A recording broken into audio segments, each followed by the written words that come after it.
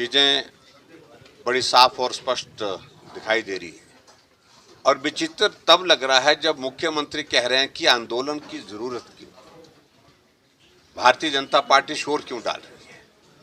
इतनी बड़ी घटना घटित हो जाने के बावजूद भी क्या हम चुप रहे?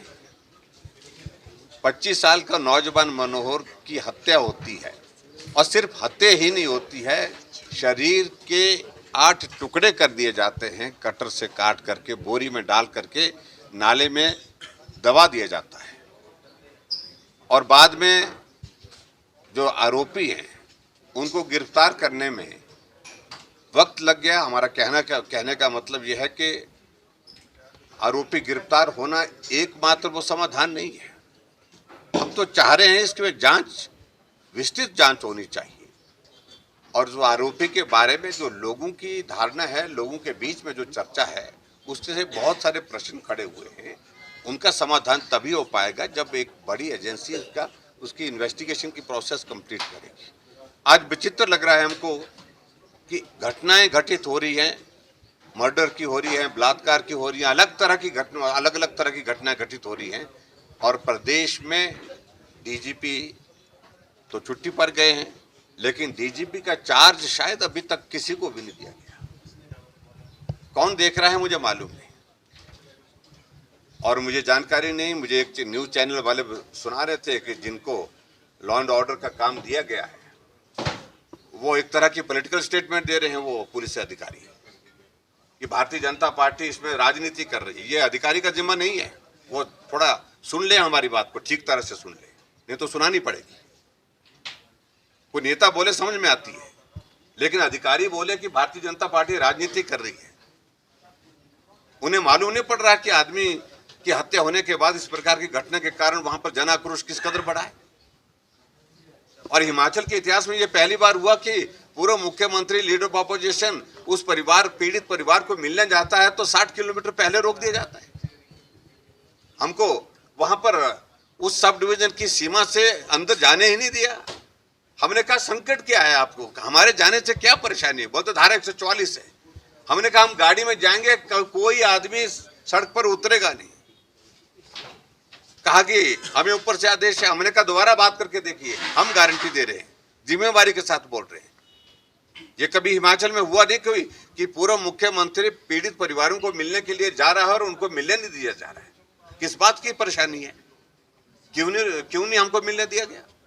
और ऐसे में दूसरी बात सबसे महत्वपूर्ण ये है कि जिस तरह की कंट्रोवर्सीज वहां पर हुई है, उन कंट्रोवर्सीज जो कंट्रोवर्सी बातें आ रही हैं, उनकी जांच होने की बात कहना क्या गुनाह है?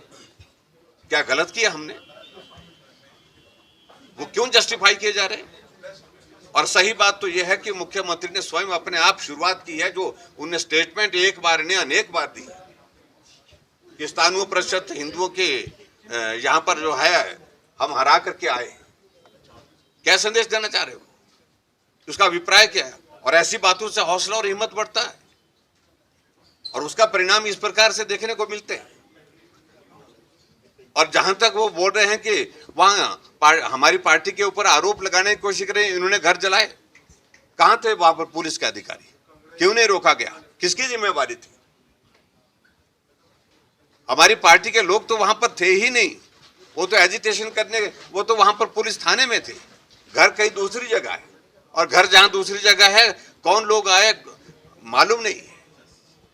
गांव में आक्रोश था, पूरे इलाके में आक्रोश था, रोष था। लोग अपने आप निकल गए और उसके बाद जब उन्हें देखा कि इस प्रकार की घटना घटित हुई तो उन्हें इस तरह से घटना को अंजाम दिया। ये जिम्मा सरकार का था उसको रोकने का। तो इसलिए अपनी नाकामियां को हमारे सिर पे मत डालिए, दूसरे के सिर पे मत डालिए। उनको इस बात को समझना होगा। कानून व्यवस्था आज की तारीख में एक चिंता का विषय हिमाचल प्रदेश में बन गया है। हम तो कहेंगे, लेकिन जिम्मा सरकार का ही है, ये विषय प्रदेश सरकार का है। सही मायने में उनको इस सारे मामले को लेकर के जिस प्रकार से जांच करनी चाहिए और उसकी गंभीरता को समझना चाहिए, उनको स्वयं अपने आप ही लिख करके देना चाहिए कि एनआईए के माध्यम से जांच करें। सिर्फ कहने से नहीं, मुझे कोई आपत्ति नहीं, मुझे कोई आपत्ति नहीं। और मुझे कह रहे हैं कि भाई पूर्व मुख्यमंत्री बात करें, बात वहां पर दिल्ली में बात करें। अरे हमने जहां बात करनी है उसमें हमको किसी को पूछने की आवश्यकता नहीं है, लेकिन प्रदेश सरकार का जिम्मा मुख्यमंत्री जी आपके पास है और इसलिए इस जिम्मेवारी को समझिए और जिम्मेवारी के साथ बात कहिए। हमारे लिए सौभाग्य की बात है कि भारतीय जनता पार्टी की सरकार का 9 वर्ष का कार्यकाल नरेंद्र भाई मोदी जी के नेतृत्व में पूर्ण हुआ है और 10 साल का कार्यकाल अगले चुनाव तक पूरा होगा, यानी कि 1 दशक भाजपा के नाम और अगले दशक की दस्तक शुरू होगी। 9 वर्ष के इस कार्यकाल में जो देश के लिए उपलब्धियां रही, उन उपलब्धियों को समाज के हर वर्ग तक पहुंचाना, ये हमने पार्टी की ओर से तय किया है। और एक विशेष अभियान, महाजनसंपर्क अभियान आजकल जो चल रहा है 30 जून तक, उस कार्यक्रम के अंतर्गत जो व्यापारियों के साथ भी एक कार्यक्रम होना चाहिए और आज शिमला में वो कार्यक्रम संपन्न हुआ है। और मुझे इस बात की खुशी है कि नरेंद्र मोदी जी की जो योजनाएं हैं, उन योजनाओं को लोगों तक पहुंचाने में बहुत सहजता हो रही है, क्योंकि लोग अपने आप महसूस कर रहे हैं कि बहुत कुछ इन 9 वर्ष के कार्यकाल में हुआ है। चाहे वो देश के विकास की अगर बात कहें और चाहे वो देश के विकास के साथ साथ में अंतर्राष्ट्रीय मंच पर, अंतर्राष्ट्रीय स्तर पर भारत की पहचान, भारत का सम्मान बढ़ा।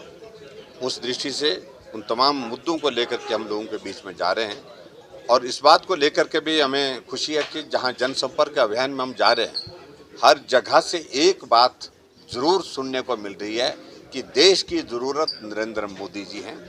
देश की ज़रूरत नरेंद्र मोदी जी हैं, तो हर हालत में हम सब लोग 2024 के चुनाव में मोदी जी को समर्थन देंगे, सहयोग देंगे। हर वर्ग से इस प्रकार का संदेश हमको मिल रहा है।